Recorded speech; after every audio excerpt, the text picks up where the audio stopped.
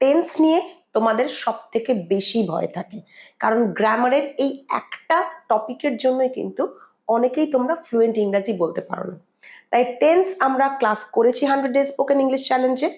আজকে আবার practice series একটা টেন্স নিয়ে আমরা বেশ কিছুদিন প্র্যাকটিস করব, যাতে টেন্স নিয়ে যে ভয়টা আছে ফ্লুয়েন্ট ইংলিশ বলার ক্ষেত্রে সেটা যত তাড়াতাড়ি সম্ভব দূর হয়ে যায়। আজকের ভিডিও একটা প্র্যাকটিস সেশন। আমরা রেগুলার কনভারসেশনে যে সেন্টেন্সগুলো ইউজ করি সেগুলো নিয়ে প্র্যাকটিস করব, কিভাবে সেটা তোমরা প্রশ্ন করতে পারো সেই সেন্টেন্সটা দিয়ে, না বাচক সেন্টেন্স বলতে পারো, কোন ক্ষেত্রে কোন টেন্সটা ব্যবহার হবে, কিভাবে সেইটা ফর্ম করবে, সব শিখবো আজকের ভিডিওতে। শুরু করি চলো। প্রথম সেন্টেন্স, তুমি এতদিন আসোনি কেন? মানে অনেকদিন পরে এসেছে, তুমি প্রশ্ন করছো তুমি এতদিন আসোনি কেন। কি হবে? why haven't you come for so many days?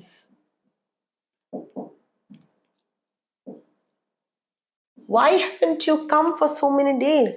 তুমি এতদিন আসোনি কেন? তুমি এতদিন আসোনি কেন বা আপনি এতদিন আসেননি কেন? Why haven't you come for so many days? আমি যদি বলি আমি অসুস্থ ছিলাম তাই আসতে পারিনি, I couldn't come because I was unwell. I couldn't come because I was unwell. লিখে নাও এটা।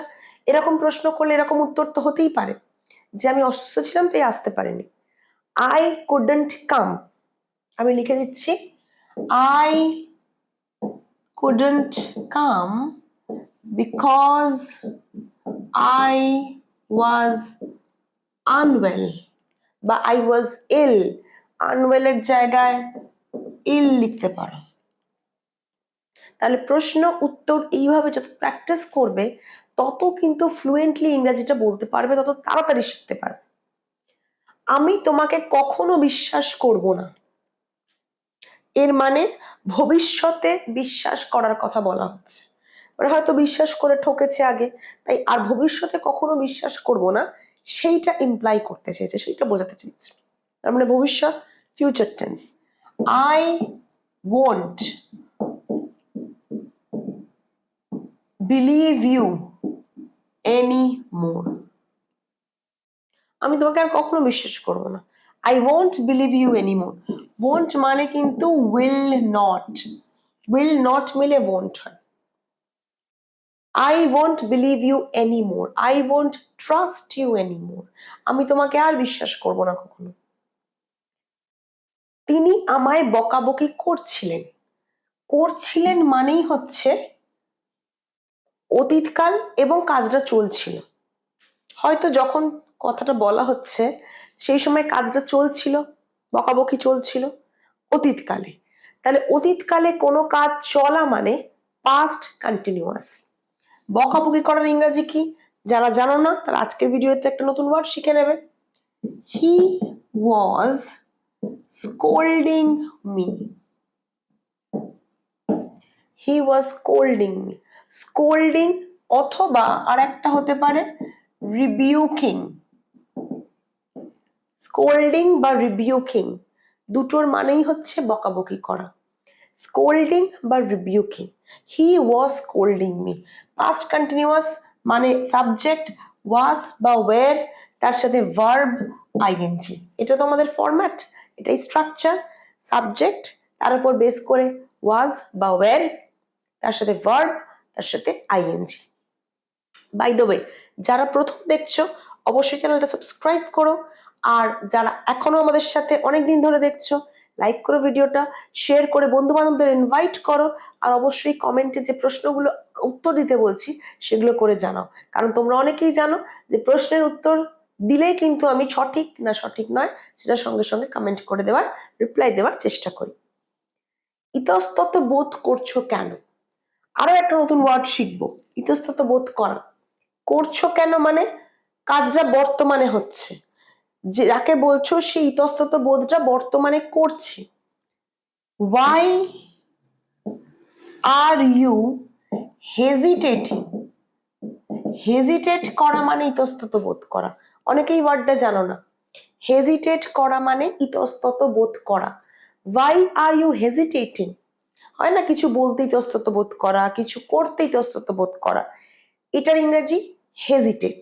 যারা জানো না তারা নতুন যেখানে তোমরা ওয়ার্ড স্টক লিখছো সেখানে লিখে নাও এক নতুন শব্দ, হেজিটেট মানে ইতস্তত বোধ করা। তাহলে why are you hesitating, why are you hesitating, তারা কি পরীক্ষা দিচ্ছে প্রশ্ন করছো। আবারও বর্তমানে কোনো একটা কাজ চলছে, আর দে টেকিং এক্সাম, অথবা বলতে পারো are they appearing for exam.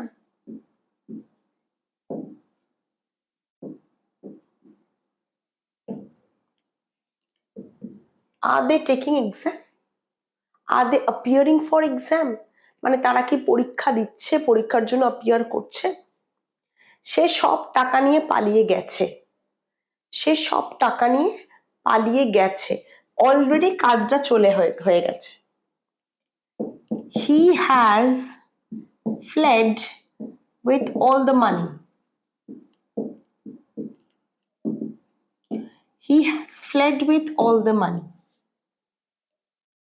he has fled with all the money। যদি প্রশ্ন হয় সে কি সব টাকা নিয়ে পালিয়ে গেছে, প্রশ্ন করছো সে কি সব টাকা নিয়ে পালিয়ে গেছে, সেটার ট্রান্সলেশন কি হবে তোমাদের জন্য রইল হোমওয়ার্ক। তোমরা কমেন্ট বক্সে করে জানাও এই সেন্টেন্সটার ট্রান্সলেশন করলে কি হবে, অবশ্যই সঠিক টেন্স ইউজ করে। আপনি কবে চাকরি পেয়েছিলেন, চাকরি পাওয়ার কাজ অনেক দিন হয়ে গেছে। When did you get this job বা get the job, when did you get the job, আপনি কবে চাকরি পেয়েছিলেন। পুরনো কাল, অতীতকালের কথা, চাকরি অনেকদিন আগে পেয়ে গেছে, প্রশ্নটা এখন করছো, তাহলে আমরা সেখানে সিম্পল পাস্ট ইউজ করব। when did you, sorry why লিখেছি আমি, এটা ভুল লিখেছি।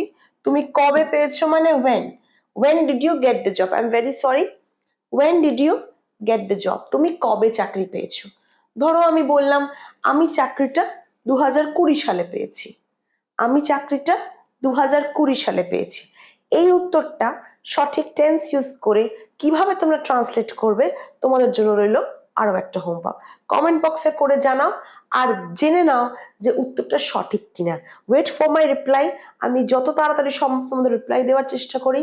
তাই তোমাদের প্রোগ্রেস, তোমাদের টেন্স নিয়ে এগিয়ে যাওয়া সঠিক পথে এগোচ্ছে কিনা বিনামূল্যে জানার কিন্তু একটাই উপায়, কমেন্ট করো। চলে যাব আমরা পরের সেন্টেন্সগুলোতে। আচ্ছা, আমি যে ভিডিওগুলো তৈরি করছি তোমাদের জন্য, তোমরা বাড়িতে প্র্যাকটিস করছো তো? যেভাবে আমি তোমাদের প্র্যাকটিস করাচ্ছি, যেভাবে একটা সেন্টেন্সের ইন্টারোগেটিভ, নেগেটিভ, অ্যাফার্মেটিভ দিয়ে তোমাদের প্র্যাকটিস করাচ্ছি, বাড়িতেও কিন্তু ছোট ছোট সেন্টেন্স দৈনন্দিন জীবনে যেরকম আমরা বলি সেই সেন্টেন্সগুলোকে ট্রান্সলেট করে প্র্যাকটিস করো, তবেই কিন্তু তোমরা এগোতে পারবে। দেখো ভিডিও আসে সপ্তাহে 3 দিন 8 ঘন্টা করে, কিন্তু তোমাদের প্র্যাকটিস করতে হবে 7 দিন, যদি তাড়াতাড়ি ফ্লুয়েন্টলি ইংরেজিটা বলতে চাও। আর ইংরেজি না বললে অনেক সমস্যায় পড়তে হয়, সেটাতে আমি আর যাচ্ছি না, কিন্তু তোমাদেরকে কিন্তু রেগুলার প্র্যাকটিস করতেই হবে। সেই প্র্যাকটিস করতে গিয়ে যদি কোনো সমস্যা হয় তার জন্য কমেন্ট বক্স খোলা রয়েছে, তার জন্য রয়েছে গ্রুপ আর ফেসবুক পেজ। গ্রুপে তোমরা পোস্ট করতে পারো তোমাদের কোয়েরিজ, তোমরা ফেসবুক পেজে ওয়েট করতে পারো বিভিন্ন ক্ল্যারিফিকেশন ভিডিওস এর জন্য।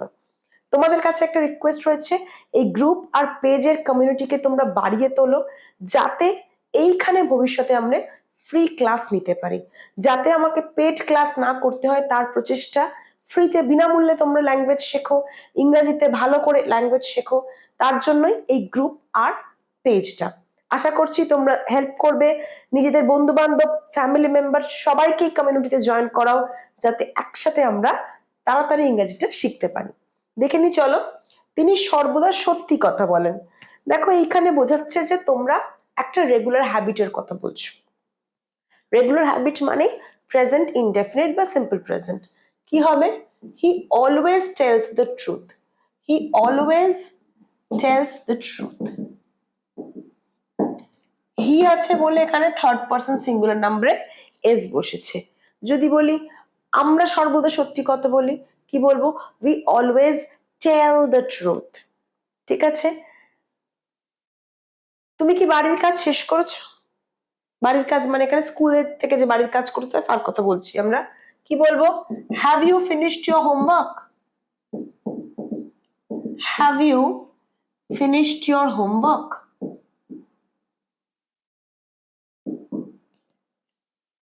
Have you finished your homework? প্রশ্নবোধক বাক্য হ্যাজ বা হ্যাভ, ভার্ব সাবজেক্ট, তারপর ভার্বের থার্ড ফর্ম। যদি বলি আমি এখনো হোমওয়ার্ক শেষ করতে পারিনি, আমি এখনো হোমওয়ার্ক শেষ করিনি, করতে পারিনি আবার কুড চলে আসবে, প্রবলেম হতে পারে। আমি এখনো হোমওয়ার্ক শেষ করিনি, এইটা ট্রান্সলেট কিভাবে করবে কমেন্ট বক্সে জানাও। ওটা কি তোমার গাড়ি? পয়েন্ট আউট করে বলছো ওটা কি তোমার গাড়ি? কি হবে? Is that your car? Is that your car? ওটা কি তোমার গাড়ি? আপনি কতদিন প্র্যাকটিস করছেন? প্রশ্ন করছো মানে এখনো প্র্যাকটিসটা চলছে। যখনই কোনো কাজ আগে থেকে শুরু হয় কিন্তু বর্তমানেও চলে, প্রেজেন্ট পারফেক্ট কন্টিনিউয়াস। মাথায় আশা করি আস্তে আস্তে এবার একটু করে গেঁথে যাচ্ছে কখন প্রেজেন্ট কন্টিনিউয়াস আর কখন প্রেজেন্ট পারফেক্ট কন্টিনিউয়াস। পার্থক্য আছে, আমি রেগুলার প্র্যাকটিস করাতে করাতে সেই পার্থক্যটা বলি। How long have you been practising? How long have you been practising? তো আপনি কতদিন প্র্যাকটিস করছেন? প্র্যাকটিস আগে শুরু হয়েছে এখনো শেষ হয়নি, সেক্ষেত্রে present perfect continuous. Has, have, been, verb plus ING. যেহেতু প্রশ্ন হয়েছে তাই WH টা সামনে এসছে। স্টেশনে পৌঁছানোর আগে ট্রেনটা ছেড়ে দিল। স্টেশনে পৌঁছানোর আগে ট্রেনটা ছেড়ে দিল। দুটো ঘটনা ঘটেছে, একটা ট্রেন ছেড়ে দিয়েছে, একটা স্টেশনে পৌঁছানো। কোন কাজটা আগে ঘটেছে? ট্রেনটা আগে ছেড়ে দিয়েছে, তারপর স্টেশনে পৌঁছেছে, তাই তো? সেক্ষেত্রে কি হবে? The train had departed before I reached the station. Train আগে ছেড়ে দিয়েছে, সুদূর অতীত, past perfect, had plus V3। তারপরে আমি পৌঁছেছি, কম অতীত, সিম্পল পাস্ট, তার মানে শুধু V2। এটা হচ্ছে V2, এটা V3। ক্লিয়ার?